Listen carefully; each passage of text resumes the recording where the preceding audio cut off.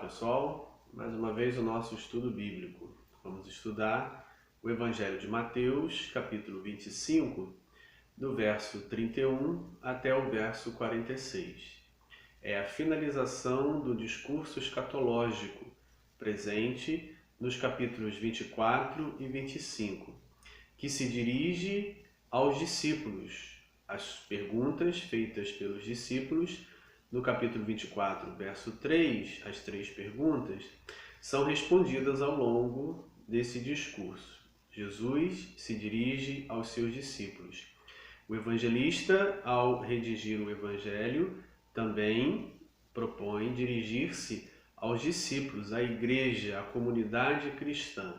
Então, diante de questões pertinentes à igreja, são respondidas as perguntas e algumas coisas mais são consideradas, como, por exemplo, a demora na vinda de Jesus. É importante observar que esta demanda a respeito da demora na vinda de Jesus não se apresenta no momento histórico em que Jesus ainda está presente entre os discípulos e ainda não havia morrido e ressuscitado e assunto ao céu. No entanto, algumas gerações mais à frente, segunda, 2 ou 3 gerações, a questão da demora torna-se uma pauta importante para a igreja.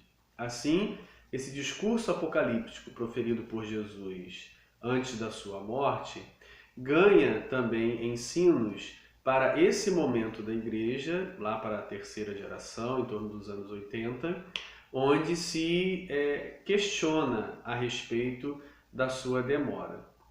A segunda parte, então, desse discurso apocalíptico trata dessa questão. Por exemplo, as 3 parábolas apresentadas tanto no final do capítulo 24, do servo bom e do servo mau, ressaltam a demora. Por exemplo, no verso 48, o servo mau toma a atitude, então, de desobedecer às ordens do senhor da casa quando ele constata a demora do senhor em voltar para casa.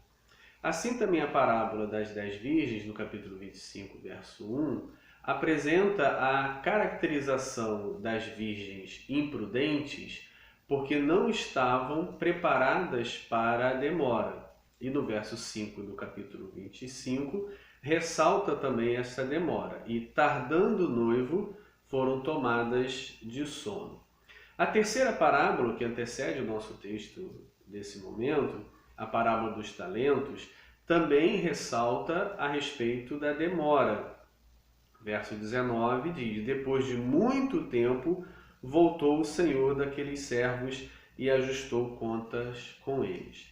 Assim, as 3 parábolas anteriores ao nosso texto de hoje falam, ressaltam, abordam a temática da perseverança diante da demora. O servo mau se revela diante da demora, as virgens imprudentes se revelam diante da demora, e o terceiro servo que enterra o seu talento também se revela a partir da demora. Bem, o nosso texto de hoje, capítulo 25, a partir do verso 31, dirige-se a um momento posterior ao da demora, ou seja, apresenta então a vinda de Jesus.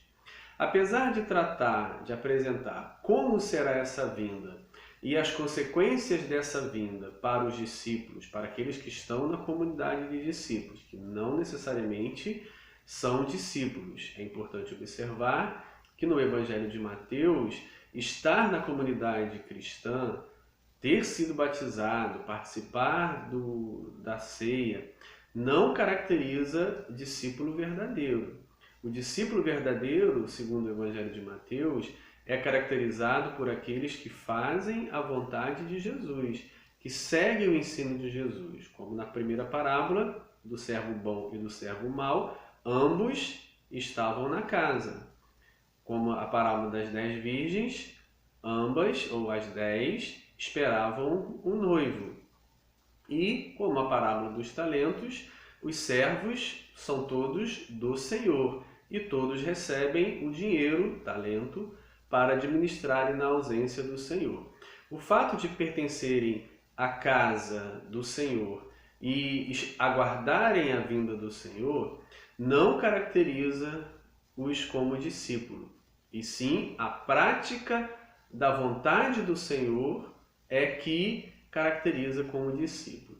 Assim, o texto que vamos estudar hoje aborda não apenas a questão futura de como será na vinda do Senhor, mas também aborda o presente da igreja na demora, para que para que aqueles que estão na casa se arrependam das suas atitudes e passam a praticar a vontade do Senhor, porque quando ele vier, as coisas se desenrolarão a partir da prática das palavras do Senhor.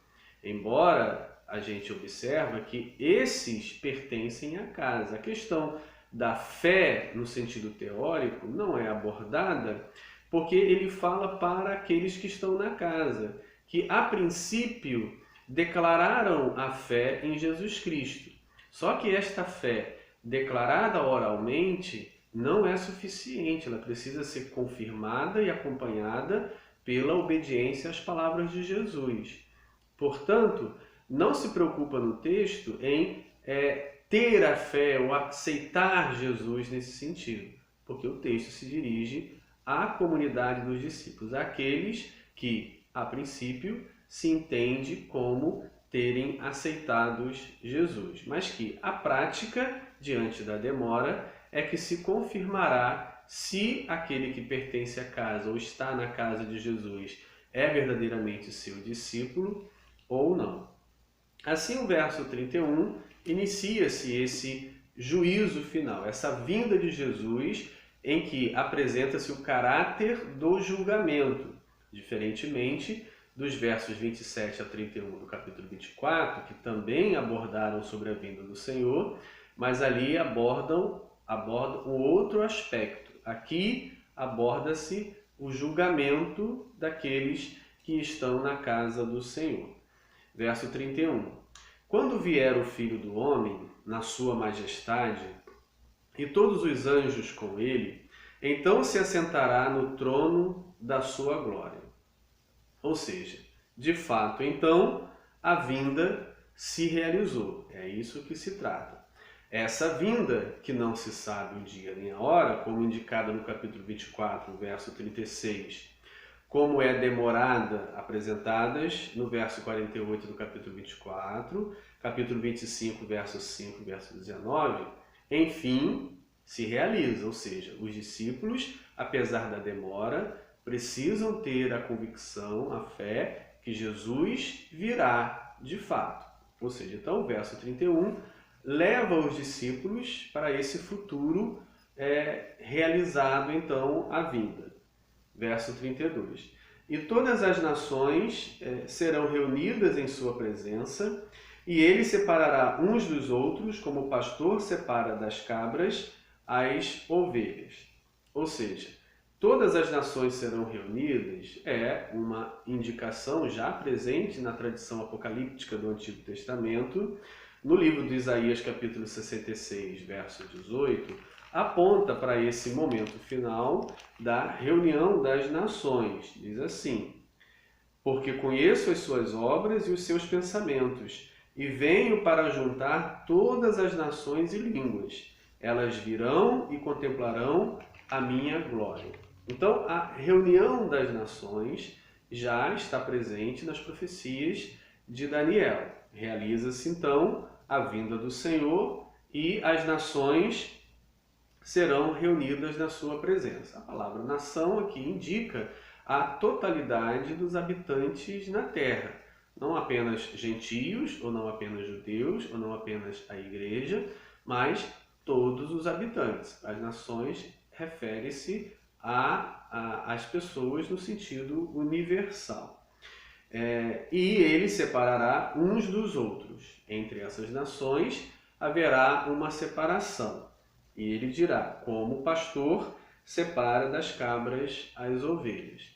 Essa mistura de rebanho, de manada, é uma característica sírio-palestinense. No mundo greco-romano não havia essa mistura de ovelhas e cabras, não havia manada mista. Mas no ambiente sociocultural sírio-palestinense, havia então esse uso de misturar cabras e ovelhas, ambas valiosas no mercado e nas relações comerciais. Mas, como a parábola sai do ambiente sírio-palestinense, automaticamente faz sentido para aqueles desta região, pois era uma prática essa mistura de rebanhos. E assim ele olha as nações como uma mistura de rebanhos.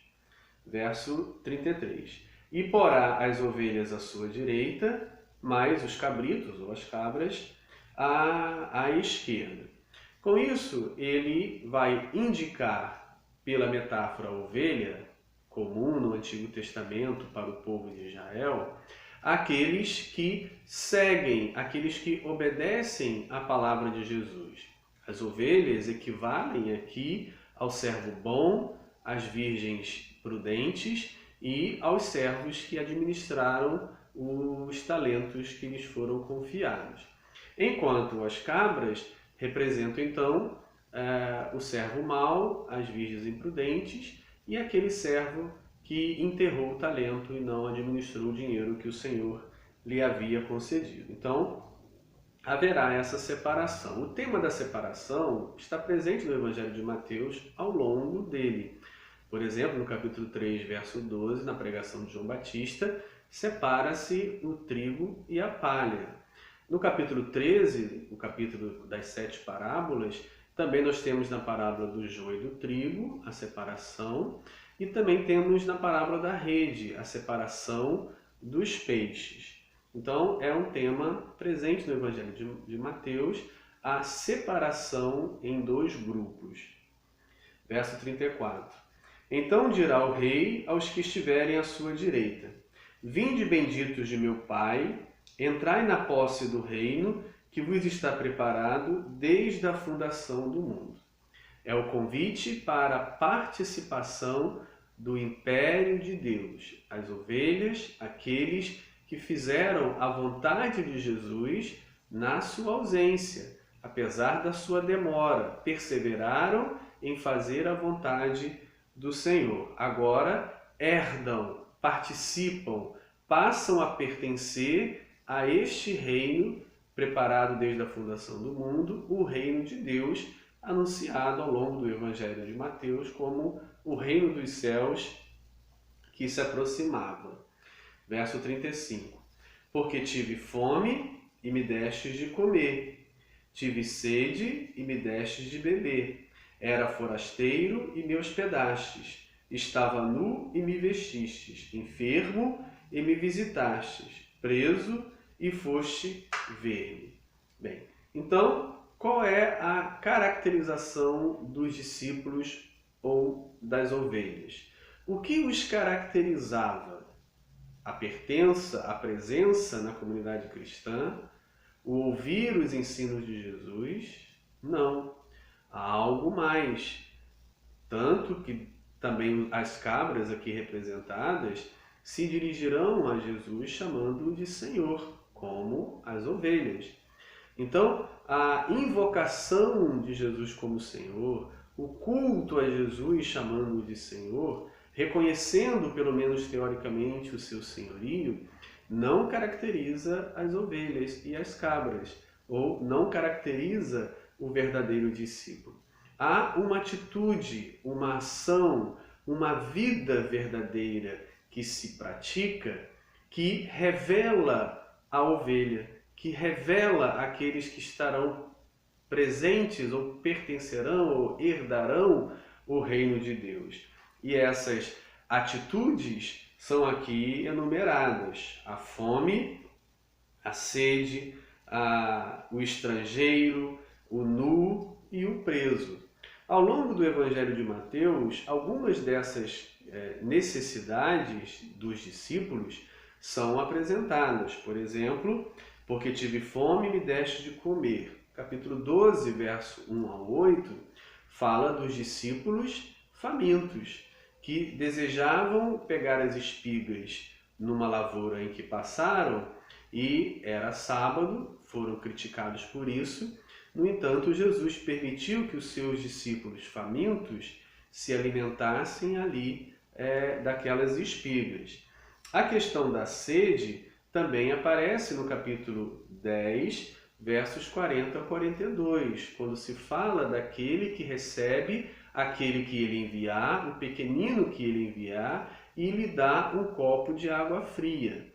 Veja, dar água ao pequenino significa hospedá-lo, recebê-lo em sua casa. Não existe o quadro moderno, talvez, daquele que bate o portão e pede um copo d'água e você serve. A questão ali, no capítulo 10, versos 40 e 42, trata-se de hospedagem. Hospedar o missionário que vai em nome do Senhor, o pequenino que sai, o profeta que sai anunciando a palavra do Senhor. Aquele que o recebe também receberá o galardão de profeta, como diz ali, diante do risco, ou seja, receber o perseguido faz do hospedeiro cúmplice daquele que é perseguido. Por isso, a recompensa é apresentada como a mesma. Ou seja, então, já apresentou no Evangelho de Mateus essa questão da sede. E não podemos ignorar que trata-se de um momento na história, uma região, onde água potável era algo valiosíssima, né? Então, dar água potável a alguém perseguido, alguém hospedando, era um bem muito valioso que se compartilhava.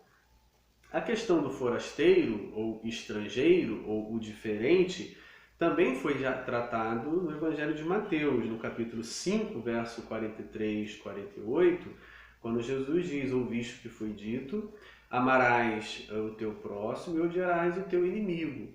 O inimigo, na visão judaica dos dias de Jesus, é o estrangeiro, é o forasteiro, é aquele que não pertence ao povo, ao meu povo. Ou seja, por isso já foi perguntado no Evangelho de Lucas, isso aí já é outro evangelho, a questão de quem é o meu próximo.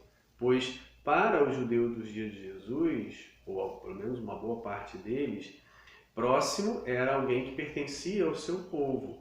O estrangeiro, o forasteiro, não era próximo, logo assim não teria obrigação de amá-lo ou tratá-lo bem, ele seria tratado como um inimigo. Assim, a questão de hospedar o forasteiro ou tratar o inimigo, o estrangeiro, também já foi abordado no capítulo 5, verso 43. A questão do nu se inclui também nessa questão do tratar o estrangeiro, aquele que precisa. O enfermo também já foi tratado no capítulo 4, verso 23 e 24, é dito que Jesus ia de aldeia em aldeia e curava todos os enfermos, todos os necessitados que vinham até ele eram atendidos, ou seja, Jesus espera que os seus discípulos continuem o seu ministério, atendendo os enfermos, fazendo a terapia, que é a palavra utilizada por Mateus, para os enfermos ou em relação aos enfermos. Ou seja, então, tudo aquilo que Jesus praticou e ensinou, espera-se que aquele que deposita a fé nele faça a mesma coisa, para que não seja apenas uma fé teórica, abstrata, mas uma fé concreta, palpável, que se realiza. Bem, o verso 37 traz um ensino interessante, porque é dito: então perguntarão os justos. Justo, a ovelha, aquele que pratica a vontade de Jesus: Senhor, quando foi que te vimos com fome e te demos de comer, ou com sede e te demos de beber? E quando te vimos forasteiro e te hospedamos, ou nu e te vestimos? E quando te vimos enfermo ou preso e te fomos visitar? Interessante que as ovelhas, aqueles que são chamados aqui de justos, que vão herdar o reino de Deus, não identificaram Jesus entre aqueles que eles socorreram, entre os famintos, entre os sedentos, entre os nus, os forasteiros, os enfermos e os aprisionados, eles não identificaram. Ou seja, então não é que eles fizeram isso porque estavam diante de Jesus. Eles não sabiam, eles não premeditaram. Então isso mostra que a atitude deles não era uma atitude interesseira. Ah, é Jesus? Então eu vou fazer para Jesus, porque eu fazendo para Jesus eu serei recompensado lá na frente. Eles não sabiam que Jesus estava ali ou que Jesus se identificava com essas pessoas. Eles não tinham esse conhecimento. Então, o que os levou a praticar essas coisas para essas pessoas se eles não viram Jesus ali presente e identificando-se com elas? Porque eles tinham a fé verdadeira, porque eles obedeciam os ensinos de Jesus, porque eles queriam fazer o que Jesus fazia, porque eles não eram apenas cultuadores de culto de domingo, eles eram praticantes das palavras de Jesus. E independentemente se Jesus estava ali ou não, independentemente se eles soubessem que Jesus se identificava com aquelas pessoas ou não, eles fizeram. E é isso que precisamos observar como caracterização do discípulo de Jesus. É aquele que faz sem esperar a paga. É aquele que faz sem saber quem é. É aquele que faz mesmo não identificando naquela pessoa que recebe o benefício alguém que pode retribuir. Um Jesus ali que vai recompensá-lo. Bem, isso é muito interessante a observar. Os justos são aqueles que fazem sem esperar paga. Os justos são aqueles que praticam as palavras de Jesus sem mesmo identificar Jesus ou ver Jesus de fato naquelas pessoas. Apesar da sua demora, eles estão praticando as palavras de Jesus. Então, é na ausência de Jesus que se revela o verdadeiro discípulo de Jesus. Verso 40. O rei respondendo lhes dirá: em verdade vos afirmo que sempre que o fizestes a um destes meus pequeninos irmãos, a mim o fizestes. Bem, é importante observar que a expressão pequeninos é uma expressão para os discípulos. Irmãos é uma expressão para os discípulos. Os pequeninos irmãos são os discípulos que praticam, que vão anunciando a palavra do Senhor. E por isso, muitas vezes, se submetem à fome, à sede, à nudez, a prisões, a enfermidades e são peregrinos, são forasteiros. Há uma forte conotação aqui de que esses pequeninos sejam os discípulos no anúncio, na prática do anúncio do Evangelho da salvação em Jesus Cristo. E os outros, aqueles que os recebem ou praticam em relação a eles os benefícios desejados. Como disse Jesus em 10, 40, 42. Aquele que receber aquele que eu enviar, a mim me recebe. Aqui se aplica esse ensino de Jesus. Verso 41. Então o rei dirá também aos que estiverem à sua esquerda: apartai-vos de mim, malditos, para o fogo eterno, preparado para o diabo e seus anjos. A separação dos homens das nações: uns, as ovelhas, herdarão o reino de Deus, e as cabras serão punidas no castigo semelhante àquele que o diabo e seus anjos receberão. Por quê? Verso 41. Então o rei dirá também aos que estiverem à sua esquerda. Bem, já lemos, 42. Porque tive fome e não me deste de comer. Tive sede e não me deste de beber. Sendo forasteiro, não me hospedastes. Estando nu, não me vestistes. Achando-me enfermo e preso, não foste ver-me. E eles lhe perguntarão: Senhor, quando foi que te vimos com fome, com sede, forasteiro, nu, enfermo ou preso, e não te assistimos ou te servimos? Bem, percebe que a ignorância das cabras, daqueles aqui representados pelas cabras, é a mesma das ovelhas. Ou seja, eles também, à semelhança das ovelhas, dos justos, não reconheceram Jesus entre os necessitados. No entanto, os ajudaram por obediência ao ensino de Jesus, porque se identificavam com o ensinamento de Jesus. Os representados pelas cabras também não identificaram e não fizeram. Aí está a grande diferença. A semelhança, ambos os grupos não identificaram Jesus nos necessitados. E a diferença é que as ovelhas, mesmo não identificando, abençoaram os necessitados, e as cabras, não identificando, não abençoaram as cabras. Mas há um detalhe interessante também que assemelha-se os dois grupos. Ambos chamam Jesus de Senhor. Ambos se dirigem a Jesus, Senhor. Então percebe-se que há em ambos os grupos uma fé a respeito do senhorio de Jesus, que não corresponde à prática, que não se realiza nos dois grupos, apenas num grupo, mas que há aí uma confissão litúrgica, teórica de fé ao chamar Jesus de Senhor. Também no final do verso 44, eles perguntam: e não te assistimos? Na tradução Almeida Revista Atualizada, traz o verbo assistir. Na realidade, é servir. O verbo é diaconeo, a questão do servir. Quando te vimos nessas condições e não te servimos? Ou seja, as cabras estão muito preocupadas em servir a Jesus, mas não identificam os necessitados na figura de Jesus. Isso chama a atenção da gente para uma questão também na religiosidade cristã evangélica moderna, onde se há um desejo muito grande de servir a Jesus. Se é para servir a Jesus, se é Jesus, então eu vou fazer qualquer esforço e qualquer atitude para servir a Jesus.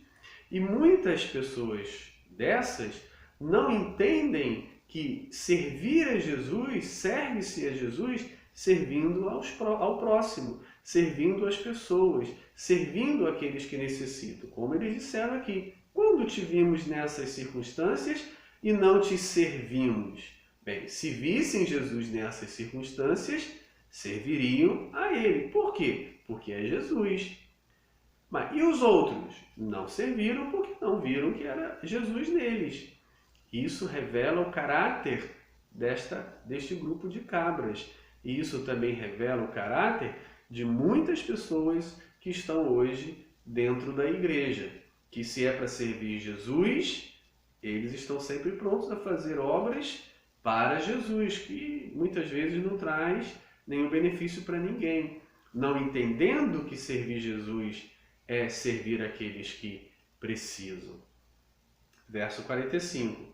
Então lhes responderá: em verdade vos digo que sempre que o deixaste de fazer a um destes mais pequeninos, a mim o deixaste de fazer. Observando que o termo pequenino no Evangelho sempre é dirigido aos discípulos, ou seja, esses representados pelo grupo de cabra não atenderam aos pequeninos, não socorreram e abençoaram os pequeninos nas suas necessidades. E toda vez que deixaram de fazer, deixaram de servir a Jesus, deixaram de fazer a Jesus.